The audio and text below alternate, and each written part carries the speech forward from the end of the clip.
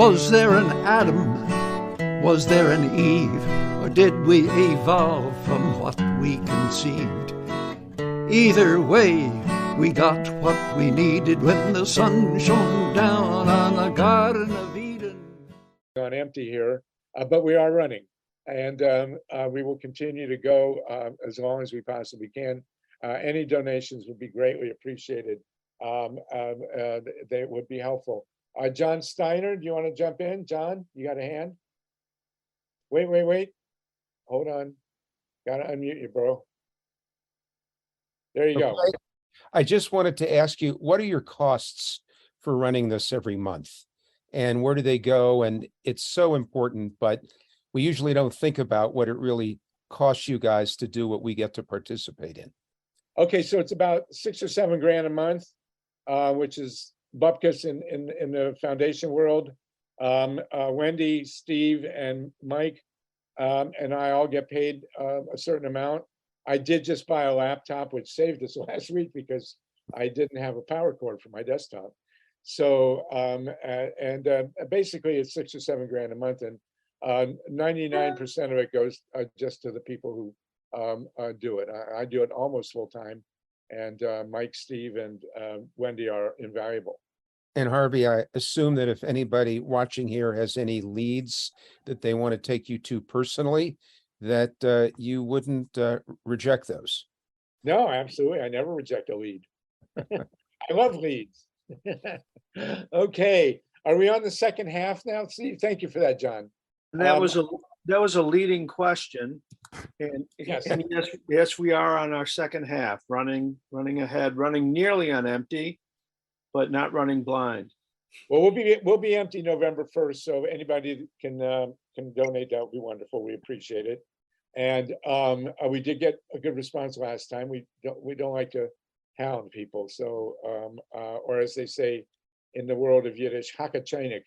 Tatanka, you have a hand? I just want to apologize if I felt a little weird. I thought you were broadcasting music. Something 15 years ago kicked my iTunes on, and I had Dylan and Jackson Brown, everybody going in the background. I could not hear a thing. And I was about to make a comment about, I know this is concert, but I can't hear what people are saying. And I thought you were broadcasting it to everyone. It's just hilarious.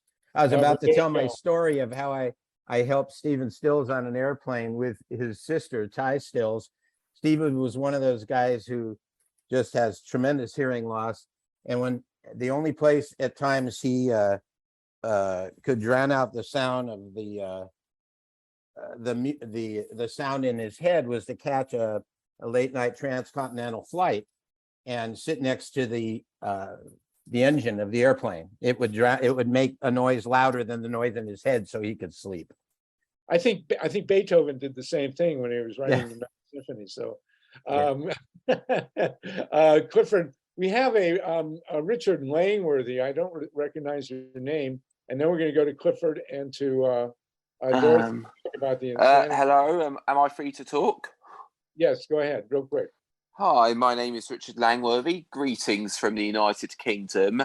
And I've been following these midterm elections very closely, and I'm really worried for what America's future has in store. Well, with these election deniers fixing the system and Trump having rigged the Supreme Court, I'm really worried what will happen if you lose the midterms. I feel extreme measures will have to be taken if all else fails. No, well, we aren't going there. You want me to stay with us and come with us to the end of the hour. Clifford Tasner has been patiently waiting in LA. He is the I don't know what your title is. Thank you. I'm the president. I'm the president of Americans for Democratic Action, Southern California chapter. ADA was founded by Eleanor Roosevelt in 1947. It is a multi-issue left progressive organization. We're a national organization. I'm actually the secretary of the national because somebody got word that I take really good minutes, and I couldn't shed that. So I'm the president of the local chapter, and I'm actually posting our website right now on the chat. So ADA socal.org. No. And you can go there and you can see our endorsements for the midterm election if you're curious or interested. We're, as I said, we're a progressive organization. There are very few corporatists up there. We didn't bother to endorse them, but so you know, this is a very scary election. And you wanted to talk about the scandal that's ripping apart LA's political structure. Is that what you want to talk about? Here's the situation. I know Dorothy also wants to jump in. Yeah. And it's generic as well as important in Los Angeles, is that there's a very, very close friend of ours, a good progressive named Kevin DeLeon, who is on the city council of Los Angeles. And he is very pro-solar. He ran for mayor. He ran for US Senate against Dianne Feinstein.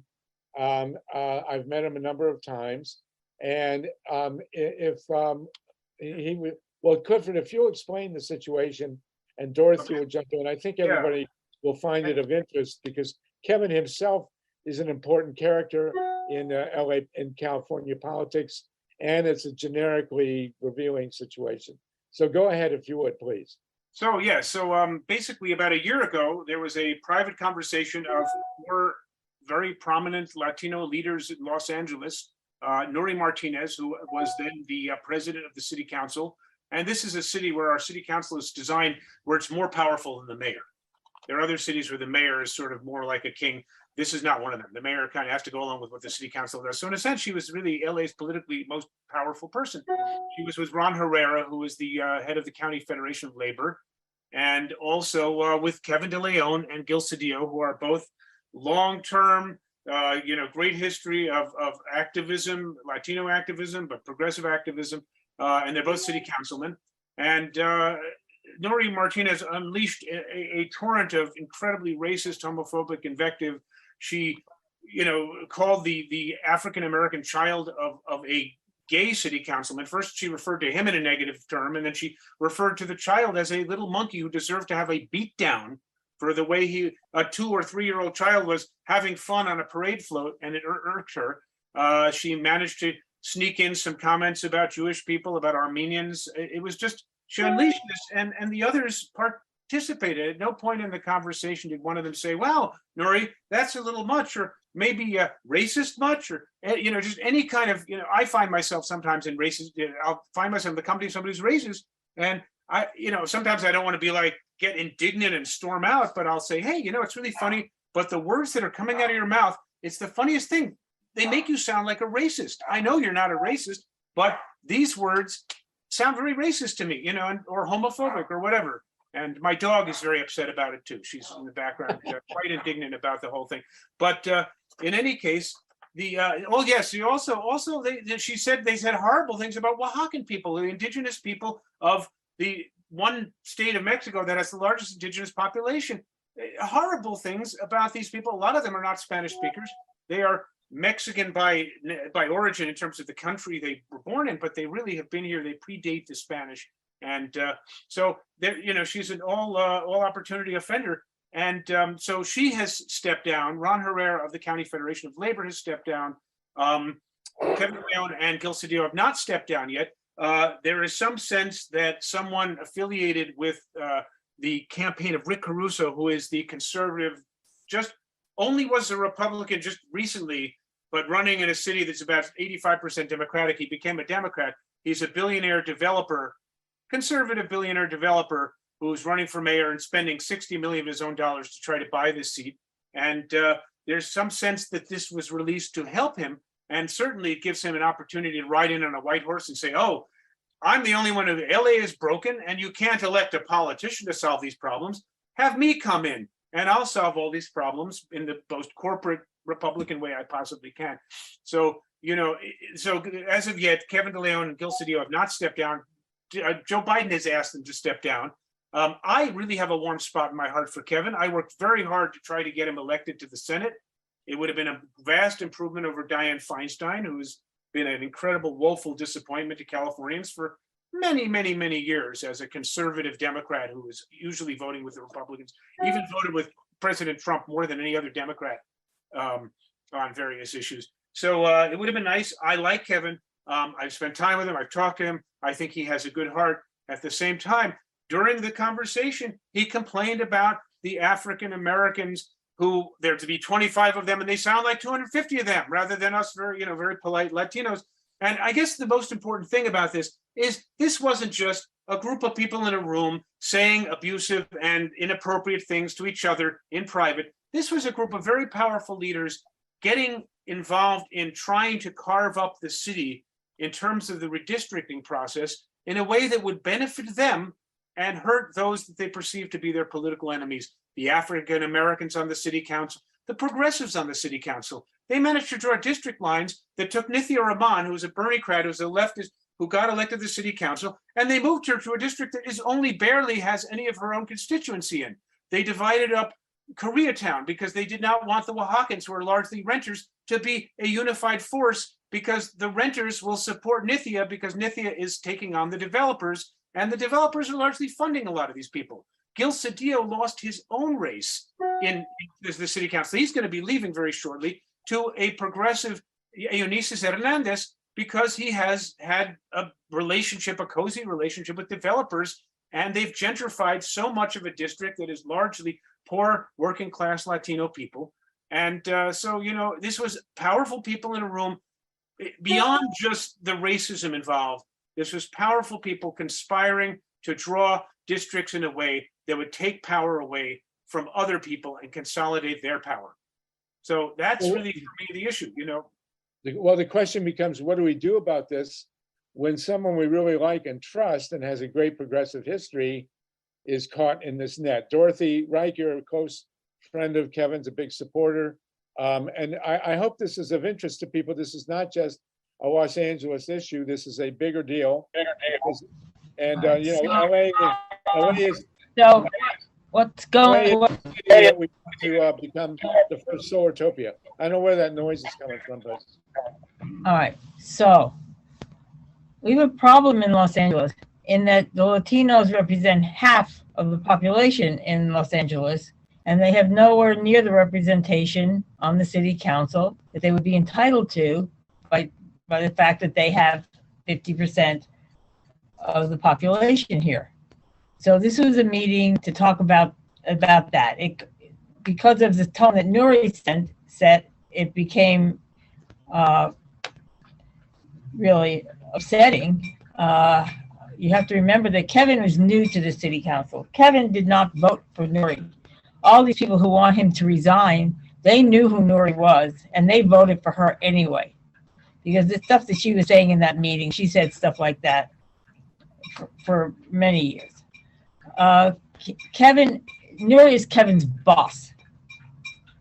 He was not on an equal footing with her. So when she started spouting all that stuff, it would have been really awkward for him to call her out, because she could have taken revenge on him. And you can see by the things that she said that she's perfectly capable and willing to take revenge on anybody. Kevin has worked for the people of California for probably 30 years, maybe more. He started out as a child of a Guatemalan mother with no father, living in a basement while his mother cleaned houses, and somehow he managed to pull himself up from that humble beginning and become one of the most powerful men in California, the most powerful people. When he was the Senate pro tem, he passed legislation about climate change, about global warming, about making California a sanctuary city, and he passed legislation that was so competent that when Trump tried to sue him and sue the state, that legislation stood, and they couldn't break it down. He's started a savings plan for people whose companies did not provide that, and on and on and on. Legislation. He supported Medicare for all. He got it out of committee. It got killed in the House, but he got it out of the Senate. Just such a long list. And I don't know if you were there, Cliff, when we gave him an award, and he got an award for activism out inside the Democratic Party. And that same day, Alina Abdullah, who is now torturing him, had got an award for activism outside the Democratic Party. And Kevin made a speech that listed all his accomplishments, and Joel Siegel was blown away. He said, this guy should be president. But ever since he ran against Dianne Feinstein, the Democratic Party has been after him, and they've been trying to destroy him. And now that he has this little slip after 30 years of, and they, because he didn't attack Nuri, his boss, they want to throw him under the bus. And the most ironic thing is that Kevin is the one who supported Black candidates against Latino candidates for seats on the city council. If Susie Shannon was here, she could name the names and tell you all about it. But these people now are, and it's 25, this Wizard of Oz business with the 25 people. That's something he said over and over again about lots of different issues where people claim they have massive bases of support when they really don't. So that's just a little trope that he uses, and he didn't just use it about this. He wasn't even talking about Black. Thank you for that, Dorothy. I don't know what. Let me finish. Okay. And now these people have camped out outside his house. They have set up expensive tents with printing on them saying 25 people or whatever it is. And they banged on his door. The police had to keep them away from his property because there's a law that you can't go within 300 feet of an elected official's property. So they're there on the street. They've been there for days. They're planning to stay there forever. Kevin cannot go home. He can't live in his home anymore. And I have advised him, and others have advised him, because of course his district will have no representation if they force him to resign, that he needs to stay and he needs to do the work of the people as he's been doing for the last 30 years.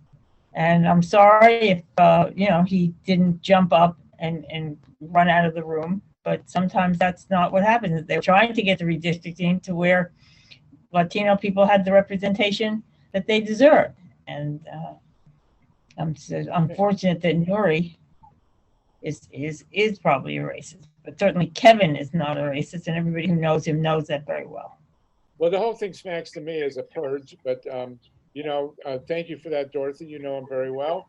Clifford, do you want anything else? I know go to Paul Sherman. Yeah. I mean, I recognize this is a city that has a Latino majority, and what we really need to do is redistrict, and we need about twice as many city council people. We have 4 million people, there's 4 million people in this city, and you've got 15 people representing all of them. It's ridiculous. So there's no question. And I really like Kevin. I would love to wave a magic wand and have him not have been in the room. I would have loved to have Mitchell Farrell be in the room instead of Kevin. There are plenty of city council people I would have rather had be listening to Nuri Martinez and chiming in occasionally. I mean, he made a kind of snide comment where he compared Mike Bonden's son to a Louis Vuitton bag, like it was he was waving him around like an accessory. The point is he participated. Now, there are times when you're in the company of some offensive person and you don't know what to say. I think saying nothing is better, but I like Kevin. I wish this hadn't happened to him. I believe that he's on the side of good on a lot of things. And at the same time, I mean, he did participate. He never even, as I said, there are friendly, fun ways to suggest to somebody that they're being inappropriate without calling them out and putting your job in danger. So that's what I would say. We need a bigger city council. We need sensitivity training on the part of our elected officials, and we need to redistrict, and it needs to be done not by city council people. Anytime from a gerrymandering, when you have people drawing their own districts all over the country. We all talk about trying to work together and make things better. I would, first of all, he did not compare. When she said that he used his son as a accessory, he pointed out to her, he just made fun of her and saying, yeah, like you and your Louis Vuitton bag. He wasn't referring to the child. He was referring to her. But I would throw this out to you. We are all wanting, when people commit a crime or do something wrong, we want restorative justice. We want peace and reconciliation. I think if the people in South Africa can do peace and reconciliation, I think the people of Los Angeles can do the same. And I think the city council can do the same. And I would like to see some kind of a meeting or some kind of a group, whatever, and lay this out and let the public hear and let them speak and let everybody get it out and talk about what's really going on in this broken city of ours, instead of throwing someone like Kevin DeLeon under the bus. Gil Cedillo, he lost his election. So it doesn't matter with him. The one person who is really being hurt by this, because Nuri was the guilty party, is Kevin. And I like to say that he was warned by friends not to get involved in the city council because it's a den of it's serpents. It's evil place, and he wanted to serve his district. He wanted to stay in government. He could have done something else. He could have become a lobbyist and made a lot of money. He didn't have to put himself into this position in the city council, but he did because he wanted to do what's right and he wanted to do what's good. And now look what's happened to him. And I think we all need to stick up for him, and we need to stand by him and encourage the city to come together, hear him out, and put it on the table, and let's work it out. Thank you, Dorothy. Can't we all get along? We're being asked to move out of Los Angeles a little bit. Our next We've got a couple of people with their hands up. Maybe they want to ask. Yeah, I'm going to Linda Hutchinson-Knowles will be next, but first we're going to Paul Sherman and then Leah Hertzberg. Paul, go ahead. Paul, go ahead. Yeah. Hi, everyone. Very nice to hear what you said. Clifford and Dorothy. Totally agree with you. I didn't know about the voter guide, but Justin was suggesting I throw out two other ones. I don't know how it compares. I'm going to be looking at that actually today. How's everybody look at the DSA-LA voter guide? That's Democratic Socialists of America, DSA-LA.org. And the other one, which is basically an organization called Ground Game, which is even more militant, is KNOCK. I know there's a lot of papers and rags and all that, but KNOCK-LA.org is also very, very good and extremely laborious in their analyses and what they write. It's a very long website. I'll be interested to see how you agree, Clifford, on what they say. I will bet that most of our endorsements probably are in agreement with both of those organizations. And then the two other voter guides that I find is very moderate and liberal, if not somewhat, neoliberal, is the LA Progressive. Good people, Dick and Sharon, love them a lot, but very very moderate, and except for weighing in on the four women district attorney judges that I hope, Ji Young Park and everybody, I don't basically give them any, less than a grain of salt. There's laprogressive.org. And then the CADM, the thing with the California Democratic Party, TATANKA, is they suggest Proposition 30 gets a yes vote, whereas Newsom himself says no. That's interesting. Right. His own party. And the other thing, Dorothy, you agree with you that it would have been better if Mitch was there, and some of the other council members who are already gone, like Margaret Lee Thomas and a few others I can't remember that have already been ejected. But yes, Kevin DeLeon, needs to be there. So for the Sanctuary State, SB 54, he's a good person. And I would just add in closing, it seems to me to be a failure of education. That is, this person here, Nori, probably grew up with not a lot of education in a sterile, toxic household, and her environment was one of childhood racism, and so that's all she knew. And so maybe it's a middle class or upper class opportunity as she lifted herself. Maybe she went to a private school or charter school instead of a public school. We would say we need two things: free education and free health care. And a third, abortion rights, freedom for any woman, and that's it. That's it. All the other issues that are important need to take a back seat. That's it. Thank you for that, Paul. Leah Hertzberg, and then we're going to go. We're going to leave LA and go on a different tack. Leah Hertzberg. Yes, I'd like to ask if it would be in order to vote to support Kevin and then send that vote to the city council, the LA Times, and the mayor of LA. I think that's a good thing to do. Maybe ADA could handle that. We don't do those kind of votes on these calls. It's a brilliant suggestion. Why don't you get directly in touch with Cliff or with?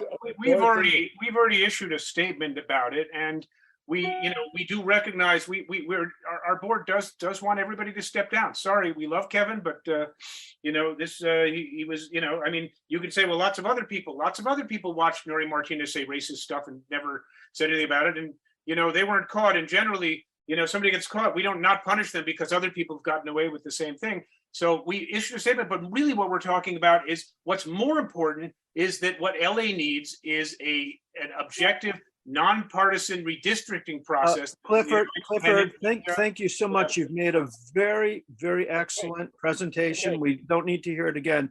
Sluggo, what we could do is there's an entity called PATANKA, and maybe you could take it up with PATANKA, Dorothy. Oh, yeah, okay, that's a good suggestion. PATANKA has a petition, Clifford, your ADA is absolutely invaluable to that, to all that. And Eleanor Roosevelt and I used to go out together, so I feel very protective of ADA. Dorothy will give you the last word, and then we're going to move to Linda Hutchins-Knowles. Thank you very much for that, Leah, and please do contact me. Yet again, I say this is not about punishment. This is about reconciliation, about talking it out. Kevin has supported Black people in the city council and in the city of Los Angeles much more than the other members of the council. And I would venture to say that no one of us would survive having our comments that we make when we think no one's listening reveal that the LA Fed has been taping, and we don't know what else they have. We don't know why Ron stepped down, because he didn't say much, but they've been taping him for years. So it is an issue. It is an issue of privacy, as far as I'm concerned. And Knockin was the one that published the sound first. Right. They came out, and the LA Times, they in the LA Times, and we don't know who released it or why. This is, this city has enough problems without people trying to pull us further apart. Thank you so much. Thank you, Clifford. It's great to have you on. We'll have you back again. Dorothy, as always. Thank you, Harvey, for what you do. Our callers. We're going to move on now. Leah, thank you, and Paul Sherman. We're going to move on now to Linda Hutchins-Knowles. Linda was brought to us by Wendy LEDERMAN. We're at 6:27 Eastern Time. We still have 60 people with us. And Wendy, if you will introduce our next guest, that would be great. Thank you so much. Great conversation, everybody. Glad to be able to get to Linda here, who I actually met at the Circle of 100 through TATANKA, so I have to give him proper credit for that. And she's awesome, amazing. She's a great spirit, and she's really knows her stuff. She's working on getting equitable charging infrastructure and a lot of other just great green innovations in California, which of course will be replicated elsewhere. I know one of the initiatives, I think it was just vetoed, but they're also talking about Prop 30, and just forgive me if I'm missing anything. So we're just going to shoot it over to Linda and let her go. So thanks so much, Linda. Great to have you with us. Thank you for the invitation. I'm really glad to be here with you all today. I'm inspired by folks being so paying attention, so aware of what's going on, and not standing by when things are not right. So thank you for everybody on this call, what you're doing. I'll just share my story as a way of introduction, like why am I even here today? I had a climate wake-up crisis when I was a parent of young children. And I saw a graph that showed that if we don't stop fossil fuel production, like cold turkey, it's pretty much, devastation for our planet and our children. But I realized as a parent, what could I do, right? Parents are busy. We have lots of responsibilities. So I got involved with a climate group that was focused on parents, mobilizing mothers, called Mothers Out Front. That was my first step into climate activism. And then after working with Mothers Out Front for several years, I realized I really wanted to work on the #1 contributor to the climate crisis currently, which is transportation. In terms of the greenhouse gas emissions, the biggest sector is in our country, at least in our state, is transportation. And this issue really affected me because it's a sweet spot with 3 values I care about: the climate, as I mentioned, equity, and health. And the fact that we are using gas-powered cars pollutes the environment so that there's a huge burden on especially low-income communities, people living close to highways.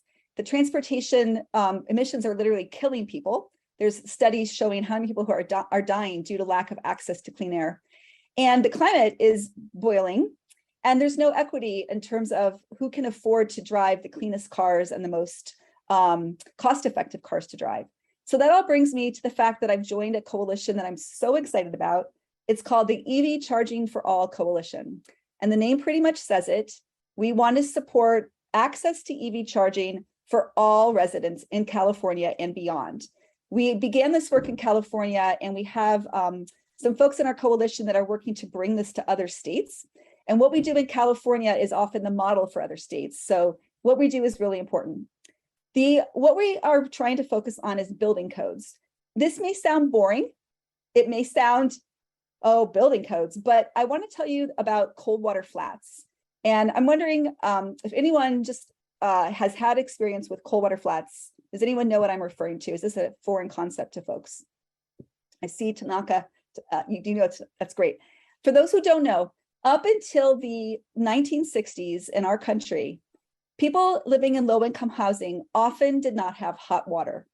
It was considered an amenity that cost more. You had to live in better housing to be able to get your hot water. And so residents of low-income housing had to literally boil all of the water they needed for their cooking and their bathing. That was in the 1960s in cities in the United States. And it wasn't until the government stepped in with codes, building codes, and said, no, hot water should not be an amenity that you have to live in certain housing to afford. Every resident of housing, any housing built in our city, must include hot water for their residents. And that is what we're trying to do with electrified transportation for EV charging, because the governor has staked out a very bold leadership position on climate, on the crisis and clean air crisis, saying that by 2035 in our state, you will not be able to purchase a new ICE or internal combustion engine car. So all the cars sold, the new cars sold in our state after 2035 will need to be zero emissions. This is awesome, an awesome idea, because we need to get off gas cars, and we can get off gas cars, but it needs to be done in an equitable way. And there's two pieces to the equity with cars: their affordability and their charging access. The government and the state, local community choice aggregators, there are many incentives that help low-income communities actually be able to afford EVs. And my organization, Actera, a nonprofit based in the Bay Area, does financial incentive consultations, provides one-on-one training as well as workshops on these EV charging rebate, or EV rebates, sorry, EV purchase rebates for new and used EVs. And so the piece about equity, about being able to afford it, is actually the easiest nut to crack. If you can give sufficient rebates to people that income qualify, you bring the cost of the EVs down sufficient that most folks can afford it. But if you don't have charging, you're not likely to get an EV, because it's the hassle factor, it's unfamiliarity, and it's actually cost. Because in our state, the only kind of electricity that's unregulated is electricity for electric vehicle charging. At your house, you have regulated costs because the CPUC has to dictate, they dictate to the utilities what rates they can charge. And so, of course, it's going up, and the utilities have a lot of influence at the CPUC, as we know, but there's still predictability, and there is a maximum that they can charge residents. And they're offering now very good rates for EV charging and time of use rates. And so we believe that in order to have this be an equitable condition, we need to have EV charging in multifamily housing in our state, and that the state should no longer allow builders to build new multifamily housing without the access to EV charging for every household.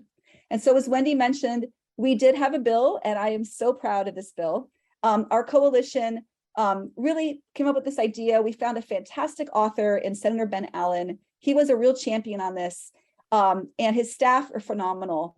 And we shepherded our bill all the way through the Senate and the Assembly. And when it went to concurrence, it got 78% of the votes, beyond a supermajority. Okay, this is a very supported position in the California state legislature to have equitable EV charging provided and enshrined in the code by our state for all new multifamily housing. Unfortunately, the governor did choose to veto our bill. I don't know exactly what he was thinking. I do want to give him credit that I do believe he's sincere in wanting to build affordable housing. And there's some mistaken understanding or thinking that giving the EV charging will make housing unaffordable. Well, housing is already unaffordable. The state is already moving to increase the charging requirements. Our proposal, I won't go in details now, it's too wonky, but basically we have a proposal that will actually keep the costs the same as what the code is proposing now, but it gives every household access. And so we are working closely with the governor's advisors and with HCD, that's the Housing and Community Development Agency, to see if we can help them understand the need for equity now. That, how long do you think folks have to wait for hot water? They shouldn't have to wait to buildings to get built and then have to try to pay for the retrofits, which cost about 10 times as much later to retrofit. So that was a lot of talking without a pause. I could continue a little longer if you would like, and I could pause here for questions and we could take it into a dialogue. What would you like to? Let me ask you real quick about Prop 30. Prop 30 in California, can you characterize it and tell us how it segues with your work? Well, I'll say this, that Actera, my organization, has not taken a position on Prop 30, and we're a 501c3 and have limited, we have to be careful when we weigh in on C4 issues. And so I'm not the policy director, so I'm not going to speak for Actera, I'll say that. But I could take off my Actera hat if you'd like me to share my perspective as just somebody who cares about the issues Prop 30 is addressing. Would that be okay, Harvey? Yeah, so Prop 30 is and again, we're California centric here, but it's generic. Prop 30, as I understand it, would put in a tax on rich people. What a concept, and use the money to fund electric car charging. Is that an accurate characterization? And our wonderful governor, Gavin Newsom, has gone whole hog, and I will say whole hog, to stop this because a bunch of rich people don't want to be taxed to pay for electric car charging. Is that an accurate characterization of Prop 30? I appreciate your question. I actually don't feel qualified to answer it. I wasn't coming on. I didn't know that would be a topic of discussion. And so, I mean, I have looked at the proposition, and I would say that the goal of making sure that people can get EV charging is very laudable. I do know that the Prop 30 does include not just electric vehicles, but hydrogen fuel cell vehicles. And we at Actera, we have taken a stand that hydrogen fuel vehicles are not the way to go for light duty. They are more expensive, and they're just not what we want to support. And so unfortunately, Prop 30 supports both. But that's not saying I'm against Prop 30 nor for it. I'm still in the position of learning more about it myself. But I do think that the goal is important, and I'm not sure, I just don't know enough about the mechanism to comment on that. Hydrogen is definitely a scam. Many years ago, I actually got one of the few grants I've ever gotten to write a book on the hydrogen economy. It was the issue du jour. And I sat down for a month, and I went back to the people who gave me the grant. And I said, listen, man, hydrogen economy is BS. It's not going to happen. But then I had to write a book, so I wrote Solartopia instead. So I completely agree. I think we could have a whole show on the hydrogen hype that is so real. It's really a threat to the climate, this hype around hydrogen. So thank you for validating that. Yeah, and they're talking about using nuclear plants to create hydrogen. I mean, come on. Tatanka, did you want to say something, Tatanka? Yes, as I indicated to you, I'm hopeful of getting Denny Zane on next week. Denny's the one who actually wrote that and got it to folks, other folks to carry it after he got it, enough signatures for it. We are taking a stand at Romero to vote yes on 30 wholeheartedly. There's some issues like the hydrogen, which we don't support. I think Denny put that in there to ameliorate some of the unions, and it's more studying the hydrogen. There's also some for firefighting, which people didn't like. They thought that should get to other thing. And then there's a whole thing with the teachers union, which I won't go into now. But this is a bill that resulted in Governor Newsom with a multi-million-dollar, you've probably all seen the ads that are very misleading, talking about it being, a boondoggle for Lyft, and that Lyft originated it. That's not true. And Denny can explain very well why Lyft was involved, and I don't want to take the time to do it now.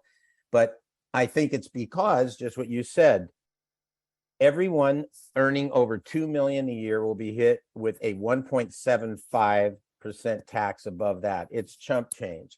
But if you look at where the money is coming from for Prop 30, you'll be able to see that Newsom is running for president and he wants to run with the oil and gas money. I mean, that's important to him.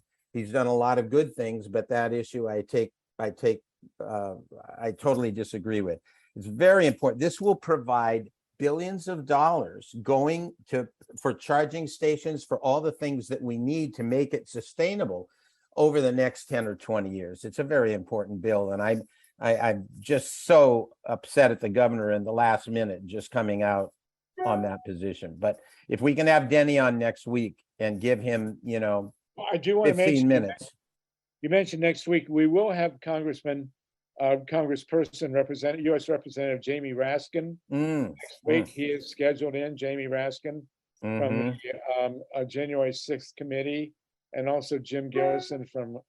Well, if it would be right before the election, but we could have him on the following week, probably before the vote. Jaimie Raskin next week, so anybody wants to see him in person, only in Zoom, that will be good. So Linda, in terms of charging stations and also building homes with charging, in the current tax law, are chargers built into new homes or installed in old homes tax deductible? Do you get a tax credit for a car charger? Wow, that is a good question. I don't know about a tax credit. The IRA has changed some of the requirements, some of the things, and that might possibly be there. I do not believe that was there before. I don't know if it's there now. But I just want to point out that the word charging station it's a little bit, we try to avoid that term because it brings up the gas station model. And all you need to charge is to have an outlet that has sufficient power. So when I first got an EV, just used the car's cord set and plugged into my 110 outlet outside the garage. Because I live in a single family home, I had that access. And all the new housing that's built in the state, all the single family housing since 2015 was required to be built EV capable. So people could just do that, just plug right in. But multifamily housing, when this was adopted in 2015 in the Cal Green Code, only 3% of multifamily housing parking spaces were required to be EV capable. So from the very beginning, it's been unequitable, and the agency, to their credit, is going in the right direction, and they are going more ambitiously than other states. But as Bill McKibben says, winning slowly is the same as losing. Right. And we feel that for equity, we aren't moving fast enough. Absolutely. Ron Leonard, a great expert on solar, and then TATANKA again. This is a very interesting discussion. At the end, we're going to leave some time for Ray Lutz, who's got something to talk to us about election protection. Go ahead, Ron. I'm sorry, TATANKA, and then Ron. No, it's getting late, guys. Ron was first, then TATANKA. There's still 59 people on the call, so there you go. And then we'll go to Ray Lutz after Linda. Who's on first? Okay, So, Ron, you're first. I'm good. So when we talk charging, we might as well go into specifics. There's level 1 charging, which we were just talking about, which is 120 volt. There's level 2 charging, which is 240 volts, similar to what you would have from your washing machine, for example. You have that funny little plug with the funny little plug 4 prongs in it, and that will charge your vehicle probably sometimes 3 times as fast as your 120 outlet. And then there is the high voltage DC fast charger, like you see on Tesla's supercharger, where you can literally top off your car from 10% to 80%, sometimes in a half hour. All those things are very useful, but when your own home is the charge situation and you have, say, a hybrid car, you could really get away with any of the least expensive charger that you want, because you're probably charging it at night and it doesn't have a very big battery to begin with. Otherwise, you at least want to have level 2 charge. And if you want to spend the bucks, you can get that. The discounts that you see on charging are typically from the utility company. Your local utility company would like you to use more electricity, so they'll give you a discount on that electric charger that you put in. And we are seeing also some large discounts to the tune of $100,000 for larger charging stations on commercial buildings and multifamily buildings. And that's probably what's really needed in the long and short term. We need to have a good mixture. Tesla by far has the largest amount of chargers in the marketplace. And more importantly, Tesla's chargers tend to work, as in they're available and are not dysfunctional when you actually need one. So there you go, a federal tax credit for electric vehicle chargers. And one of the unspoken benefits of charging your car is that the car battery can power your house in reverse in case of an emergency. And so it is a two-way deal. I also want to point out that in West Texas, at night, electricity is free in many cases because of wind power. That's And right. they have more wind power than they can handle. So wind power in West Texas, to coin a phrase, is too cheap to meter. Well, they And, actually get a production tax credit. They, even if they're selling at a negative cost, they still get the federal production tax credit. They're still making money, and you are getting free power. there you go. So then you can charge your car at night. TATANKA, then Eric Lazarus, and then we're going to go to Ray Lutz. Yeah, 3 points. First, Well, we'll I go want back to, to Linda, then Ray Lutz. Go ahead. I want to thank Linda for all her work. It's just admirable work. We want to have you back again on the Circle of 100. Thank you. And when we were putting our bill together, when Romero was putting together a bill, which we got that passed and the governor signed it, Senate Bill 1230. What this does, we were encouraged to take out the part that you were working on, and it was stripped down to simply, but it's a really good bill that we got passed. All the credits, which are normally given as a tax credit, people who are working people they can't wait for a tax credit. They often don't even have any need for that. The car runs out, you need another car, and we want them to get an EV vehicle. So what this does is, on one website, it takes everything, which is so difficult now, in multiple plans, and on one website, it makes it really easily understandable, and it's all up front at the point of sale.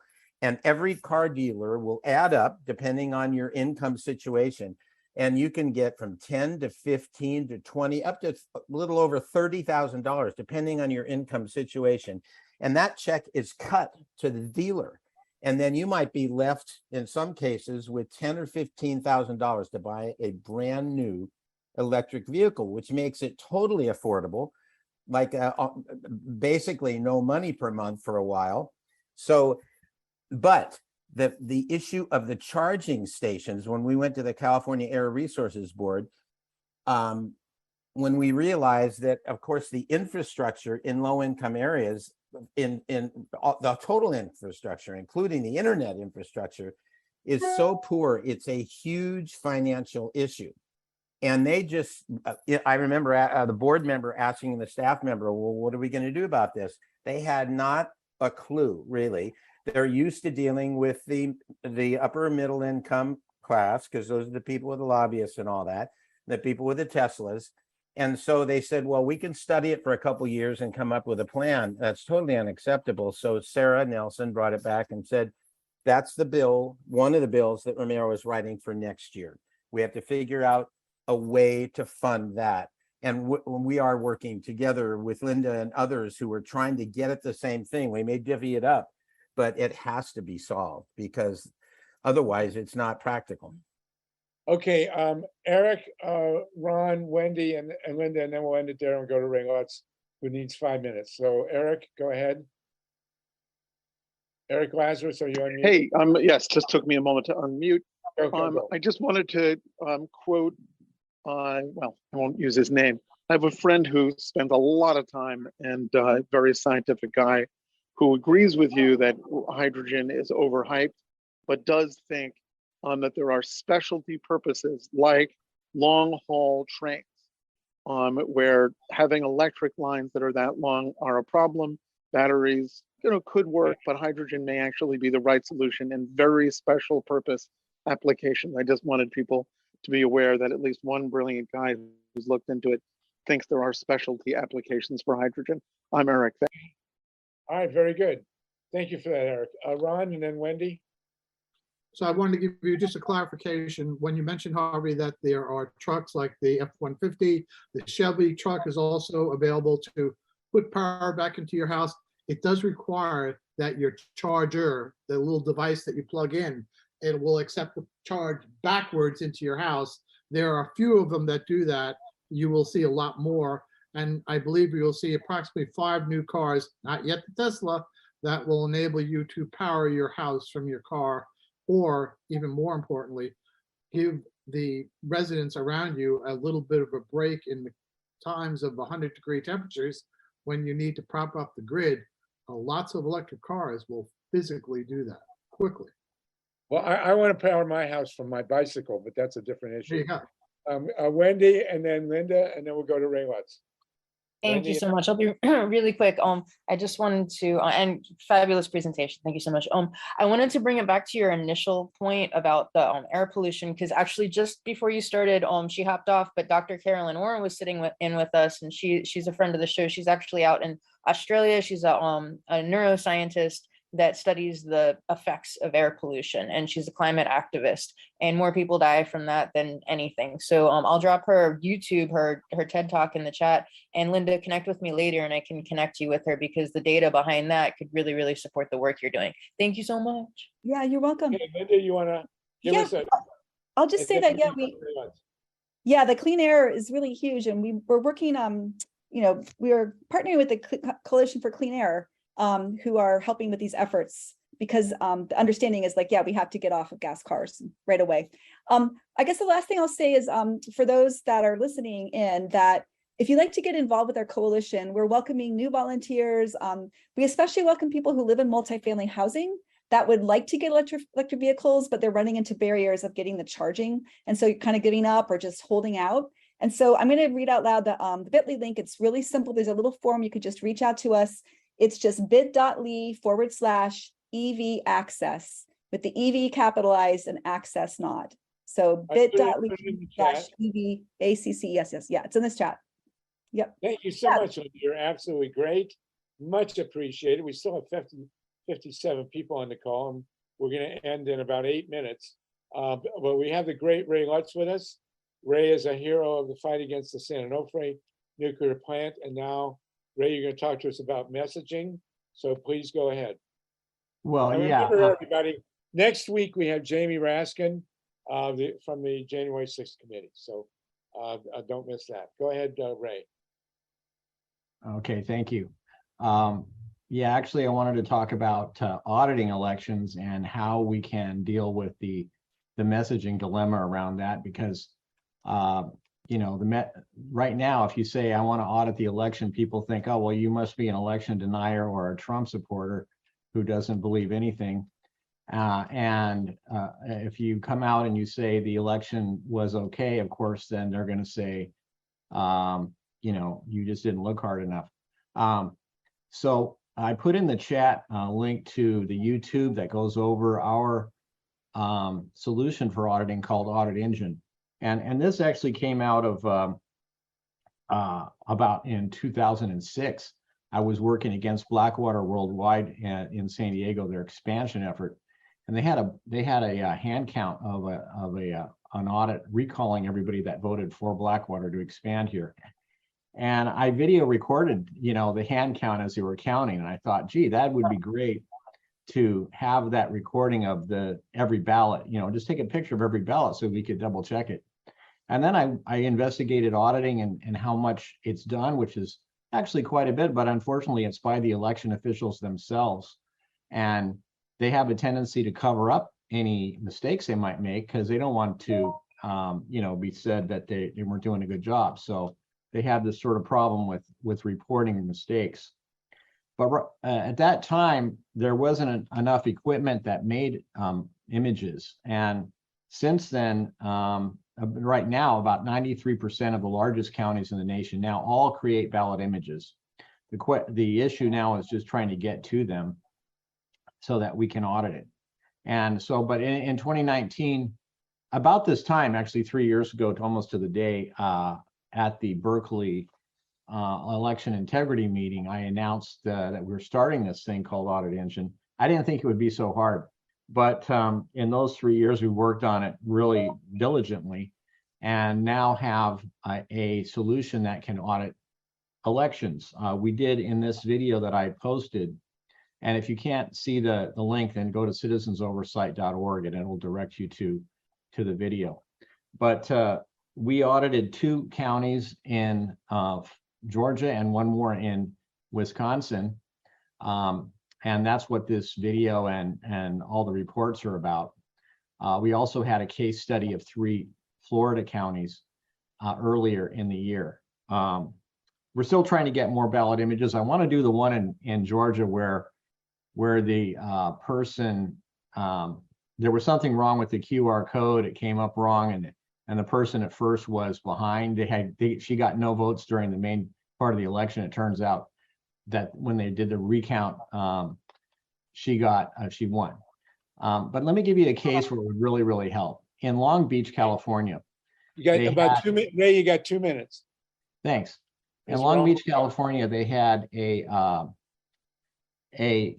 ballot initiative to extend a tax, and there was a bunch of people who didn't want the tax extended. Well, it passed extension by 16 votes. Now, to do any kind of a sampling audit or anything like this is really impossible. You have to get all, say, 150,000 ballots to do it. And the charge for that used to be 25,000, but now with the voting centers, everything kind of scrambled. It was going to cost them 250,000. Now with a ballot image audit, we could do it pretty quickly. But the thing I want you to think about, I know we're not going to have time to really discuss it here today, and it's kind of an issue where what you should do is maybe watch this video and try to get an understanding for what we've done.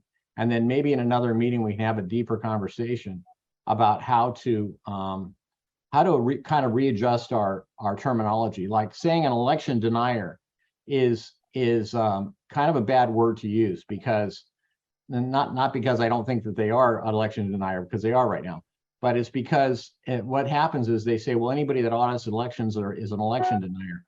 They actually won't deny elections if they win. And maybe something like saying somebody who thinks Trump actually won would be something that would be more accurate for them.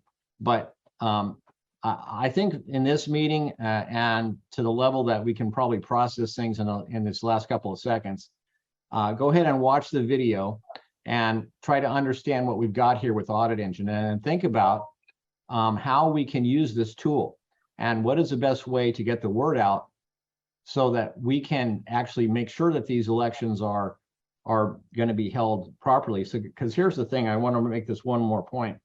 A lot of these election departments are being taken over by, operatives for basically controlling the election and basically fixing it for the right wingers. And so we're going to need to actually have a way to prove, based on the ballots, that the election went a certain way. And I think if we have that tool, then they're not going to be able to fix the elections the way they want to. Okay, so that'll be it for me, Harvey. I'll let you go on with the other hands, and maybe someone wants to make comments. Thanks. Beautiful. We got 2 minutes left. Jeffrey, real quick, and then Tatanka, and then we're going to be out actually at the top of the hour. Jeffrey, real quickly, please, and then Tatanka. We are at 6:58 Eastern time. Go ahead, Jeffrey. The question I had a question for the woman for that native woman who was the pipeline thing, and that woman for the she's gone. So she put her contacts in the chat. So go ahead and contact her directly, both of them. Okay. I was going to mention about the water pipeline idea. Yes, it should be a water pipeline, but from where is the water? We don't know yet. But it's a good idea if they can build a pipeline 800-900 miles for oil shale. They can certainly do one for water. But thank you for that, Jeffrey. Much appreciated. Tatanka, you get the last minute here. Okay, 3 quick points. Pardon me? Go ahead. 3 quick points. The Lourdes Huerta Foundation has documented that hundreds of people die in the Central Valley each year. That's the highest polluting area in the world, and the electric vehicles will save hundreds of lives every year. Camila Chavez testified to that in the California workup to in the legislature this year. Secondly, when I say Romero Institute supports anything that is lobbying, it's their Christic Institute, which is a C4. And finally, Harvey, there is, I don't know if you're aware, the guy who invented the 4-hour energy drink, he's really committed to the environment, and he set up this whole thing. He has an invention which he has sent over to several African villages, a stationary bicycle, and provides enough electricity for day and night for your basic electricity in your computer, so you can stay in shape and power those things. All right, we'll look into that. I'll try and get one for next week's show. Everyone, next week we will have Jaimie Raskin with us, and I'm going to ask him about a statue that I want to get changed in Washington, D.C., and the First Lady status for Sally Hemings, and then other less important issues like the rise of fascism and protecting democracy. So thank you all again. 54 of us still with us after 2 hours. It's fantastic.